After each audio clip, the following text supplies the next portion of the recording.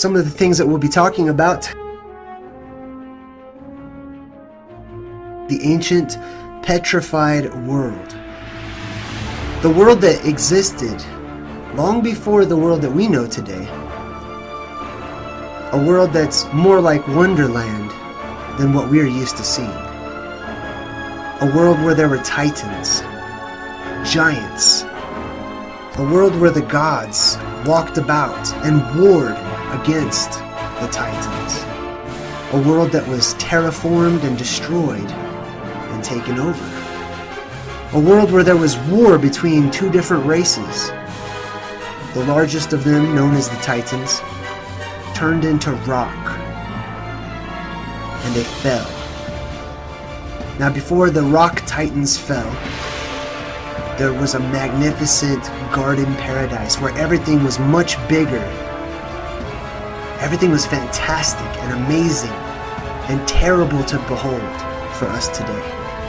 We had giant trees shooting up into the skies, beyond the clouds, reaching up into the heavens. And that world was terraformed and cut down by the Titans.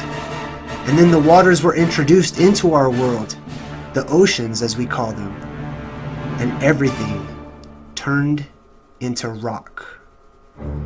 We walk around on the rocks today. We take looks at the mountains. We see the boulders and strange rock formations all over the place. But we always take it for granted. We never second guess. We never question our geography. Our geography is one of the biggest clues that we have today as to what happened in our ancient past. See, that's something that could not be stripped away from us. All of the clues and all of the evidence. The only thing that the powers that be could do was they had to brainwash us. They had to cast these spells so that we didn't see the things that had turned into stone.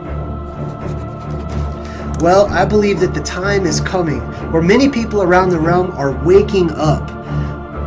We're able to start picking up on clues. And as we pick up on one clue, we think about the implications and it leads to other clues. And we find ourselves looking around in a brand new world that was never introduced to us. We were never taught about it in schools. It was never talked about. It wasn't even known. But it was known in our collective memory, our collective subconscious. We have group amnesia as a people.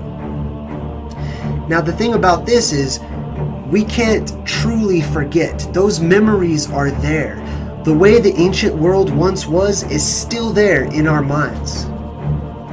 And as we pick up on these clues moving forward, and the truth reveals itself to us, breadcrumb after breadcrumb, then we can start to see the world that we live in with new eyes, and we can see things with new insight.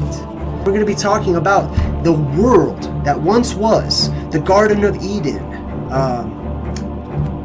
our perfect place as it started off, and how it turned into rock. Everything turned into stone, and we're left with that today.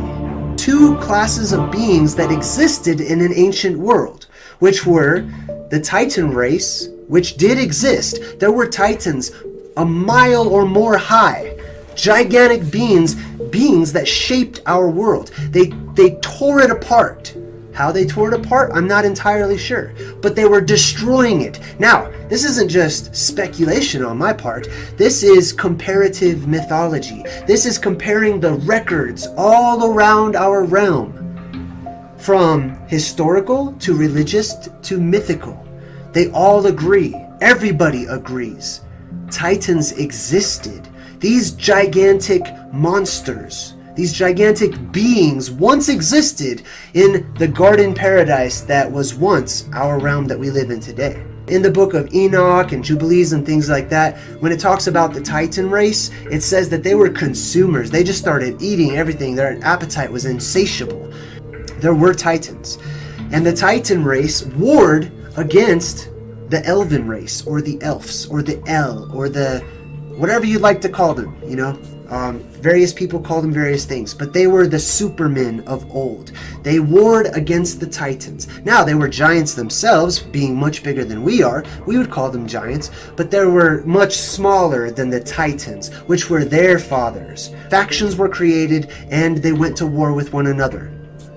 And this ended up, the end result of all of this, there were incredible weapons that were thought of and created in order to take out the Titans. I mean, it's very hard to take out a Titan. A being the size of a mountain. As you can see, this mountain coming to life. Imagine if that were real. That is our subconscious making its way into the forefront of our conscious mind. Everything was coming to a gigantic close as far as this war against the Titans goes. One of these weapons was to flood everything out, to drown the race of beings that they were fighting against. Not just the Titans, but the gods who were on the side of the Titans as well, because, it went both ways on both sides. A huge flood was introduced. What happened was, giants, Titans like this guy right here, they were washed over. It's not just like the flood waters just slowly went up and the giants could only doggy paddle for a certain amount of time and they drowned. No, it's not like that. Have you ever seen the videos of, the tsunamis that have hit Japan and other places? The devastation isn't simply large amounts of water, but the debris that's mixed in with the water that washes over and pushes things around and drowns out things. Now, that debris is simply going to be referred to here on out as mud, okay? But, like I said before, the Titans of old terraformed our world. And when I say terraformed, terra means land, and then they formed the land. They cut it out, they cut it away, and we can see evidence of this everywhere. The Grand Canyon and other geographical formations were formed as quarries by the Titans. It's like the story of Paul Bunyan. They say Paul Bunyan, who's a Titan by the way, dragged his axe along and he created the canyons and whatnot. That is our collective subconscious moving to the forefront of our mind in order to remind us, hey, your geography was created by the gods. The gods made the world that we live in today. Well, maybe they didn't make it, but they formed it. They helped to shape it into the world that we see and experience today. As a part of this ancient world that was terraformed and cut down and washed away and flooded over with that much debris mixed with the salt water, after the ancient world was washed over and covered in the debris or the mud, the waters receded, and that, what I think is a weapon in the sky, or the skylight that we have today, warmed everything up. It basically baked everything, and fossilization or petrification became permanent. You can see the things in the ancient past were petrified. It looks like something because it is something. You know what it's not? It's not some naturally occurring geographical formation because the earth, just patterns itself and moves due to tectonic plates and erosion and wind and things of that nature. There are actual things that look like stuff, rocks and boulders and all of this geographical formations. They look like actual things because many times they are actual things that have survived an ancient world, that have gone through the cataclysm and have become stone. They have petrified and turned into stone. Many people have come across the no forests on flat earth theory, or no forests on earth if you're not a flat earther, okay? That basically says if you look at the mesas around the world, you can see that the mesas are gigantic tree stumps. Now we call them trees. I call them silica pillars, okay? There are these ancient pillars that shot up above the clouds, reaching up into the heavens, into other realms that we can't even get to, and they were chopped down, cut down. The world was terraformed, and that evidence in the form of mesas survives today. Now, something that I've come across that I see all the time are mushrooms. Gigantic mushrooms. The ancient world had gigantic mushrooms. It had these huge fungus all over the place. And you can see hundreds and hundreds of examples of mushroom rock formations all around the world. What are the odds that all of these rocks would look exactly like mushrooms? Isn't it interesting? Because isn't it a really interesting coincidence that these things just all happen to line up just like this? You can look at it. You can just say, that's a mushroom. I know what a mushroom looks like. In the same way you can look at something like this. Don't let the fact that there's people walking around underneath it bother you or change your mind about it. That's a mushroom. You know it's a mushroom. You know what a mushroom looks like. We're all very much aware. Now here's something interesting. In Alice in Wonderland, the mushroom is also prevalent. And they say, if you eat one side, you'll grow taller. If you eat the other side, you'll grow smaller. Right? You'll shrink. So we have the concept of small beings and titanic beings having something to do with the mushroom presented in Alice in Wonderland. Now another thing that I thought about too was Super Mario Brothers, right? Why is it that the creators chose to have Mario, little tiny Mario, eat a mushroom and all of a sudden he grows to gigantic size, right? These are all truths and breadcrumbs that have fallen to us from this ancient world where everything was much bigger. It was wonderful. We were in wonder. We would be in wonder if we were back in that world today. It would seem like the Avatar world to us. It would seem like Wonderland to us. It would be terrible. It would maybe be frightening to many people. But it would be fantastic. It would be a fantasy world, which it was. This is where we get our concept of fantasy from. It's very hard to just make up things out of thin air, to just make up gibberish. All of the best fiction and fantasy books and movies stem from truth. They all come from truth, and that's why we like them so much, because there's something about it that's just eating away at us, where we say, man, there's just something that feels truthful. There's something that feels realistic about what I'm seeing here. Oh, and another thing, like the Smurfs, right? The Smurfs are the little beings, and they live in the mushrooms. They live in and amongst mushrooms. The mushrooms were their houses. Gigantic mushrooms. Now, Gargamel, the Gorgon, the giant, the Titan, he comes in and he wars with the Smurfs. And there's still these giant mushrooms everywhere. And it's just symbolic of the world that we once lived in. So the ancient world was flooded over. It was destroyed. It was terraformed, and all of that mud washed away and baked in the sun, and everything in the ancient world turned into stone. As we go from revelation to revelation on this wonderful journey, let's try not to make the mistake of applying something we have learned so far to everything. For example, if I say the Titans turned into stone, I can't just go and say everything I see that's stone is a Titan. Pardon me. The whole world was turned into stone. The whole world was fossilized and petrified. That includes any type of technology that once existed. It includes plants and animals and beings like this one right here. And it applies to everything. So we have to use wisdom and caution before we're too quick to say, oh, that's what that is. Oh, it's that. You know what I mean? Now, we let these things marinate. We let the truth marinate within us. It's good to take our time and to be patient. I know many of us are in a big fat hurry because we're so excited, you know? And that's what makes us kind of like children.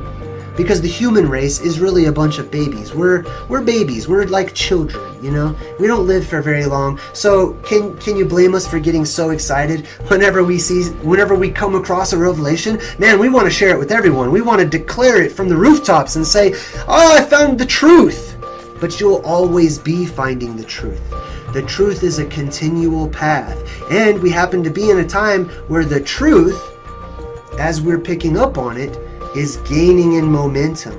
Like I said at the beginning of the video, people are starting to see these things all over the place. Look at that. That is a snake head. I mean, okay, let me take a dose of my own medicine. Let's not be too quick. But come on.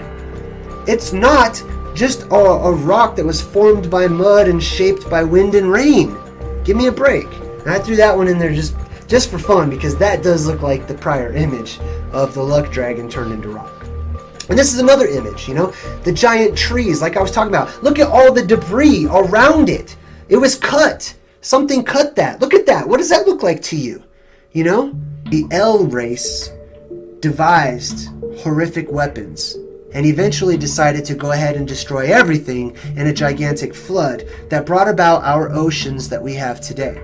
Now, those floodwaters had all of the mud rolling around in it. The mud was covering everything, keeping things from oxidizing or having oxygen in it or whatnot, and petrifying it, turning it into stone. Petrification is a very easy process if you understand how it works. The ancient world turned into stone. It was covered in mud, it solidified, it densified, and all of those minerals that are mixed up in that mixture of the ocean water and the debris from the terraformed world, those minerals made their ways into the pores of the bodies and into the plants and into the technology and everything. And when the floodwaters receded, that what we call the sun or the skylight in our realm baked everything and solidified it even more, making the process permanent. And today we have wonderful pictures in our world, wonderful images, statues basically, all over the place